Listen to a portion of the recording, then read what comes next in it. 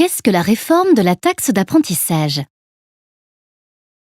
La taxe d'apprentissage est payée par les entreprises à des organismes collecteurs-répartiteurs qui sont chargés de la redistribuer pour financer des formations professionnelles, du CAP au master. La particularité de cet impôt est que l'entreprise peut choisir en partie les formations qu'elle finance.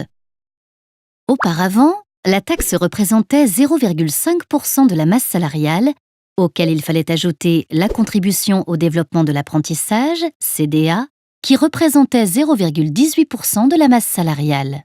Depuis 2015, la taxe d'apprentissage inclut la CDA et correspond à 0,68% de la masse salariale. Le taux d'imposition reste donc le même.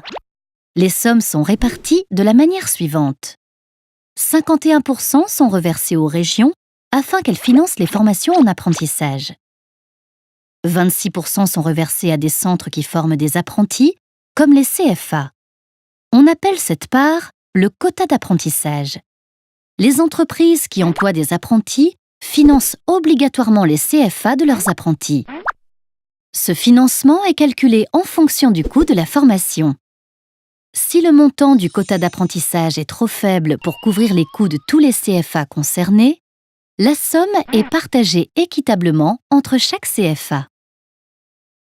23% sont distribués à des services d'orientation professionnelle et à des établissements de formation qui forment à temps plein, comme des écoles de commerce ou des lycées. On parle de hors quota. Sur ce hors quota, 65% doivent concerner des formations du CAP au BTS et 35% les formations à partir du niveau Bac+3 et au-delà. Les entreprises qui n'ont pas pu couvrir tous les coûts de leur CFA avec le quota d'apprentissage ont la possibilité de compléter leur versement par le hors quota. Les entreprises peuvent déduire de cette contribution hors quota une somme liée à l'accueil de stagiaires ainsi que le bonus d'apprentissage pour les entreprises de 250 salariés et plus qui emploient plus de 4% d'alternants. En revanche, celles qui emploient moins de 4% d'alternants doivent payer aux collecteurs-répartiteurs une contribution supplémentaire à l'apprentissage.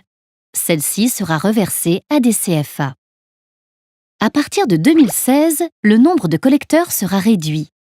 Au niveau régional, seules les chambres de commerce, de métiers et d'agriculture pourront collecter cette taxe et la reverser.